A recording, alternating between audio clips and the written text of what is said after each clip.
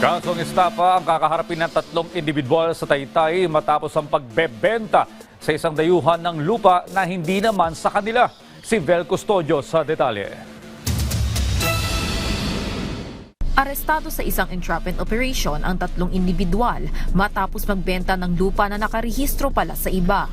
Ayon sa pulis, bumili ng lupa ang isang foreign national sa barangay San Juan, Taytay, Rizal sa halagang 2,500,000 piso. Nagsisilbing ahente umano ang tatlong suspect na si alias Mariano, alias Antonio at alias Anjuli. Nangyari kasi rito, nakapagbigay na siya ng about mga 1.6 million.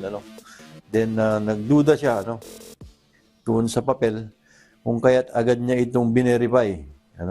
At napag-alaman nga na iba ang pangalan ng may-ari ng lupa at yung titulo na binigay sa kanya ay sa ibang lugar. Naningil pa ang mga ahenteng suspect ng karagdagang 100,000 piso at dito na ikinasa ng mga otoridad ng entrapment operation.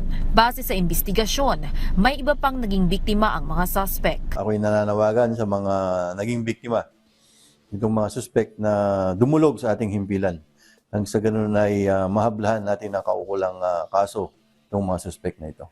Itinanggi naman ng isa sa mga suspect ang paratang. Depensa niya. Wala sa titulo.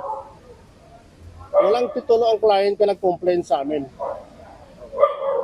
Ako po may mga hawak nga titulo pero hindi yung porsyon ng area yan. Ang area yan po dyan, sinasabi ko, rights lang po ang posisyon dyan. Kaya nga po pumirma sila doon sa kontrata namin na rights. Bago sila nagbitaw ng kanilang halaga na pera. Tumanggi ring magbigay ng pahayag ang dalawa pang suspect. Maharap sa kasong estafa ang mga suspect. Vel Custodio para sa Pambansang TV sa Bagong Pilipinas.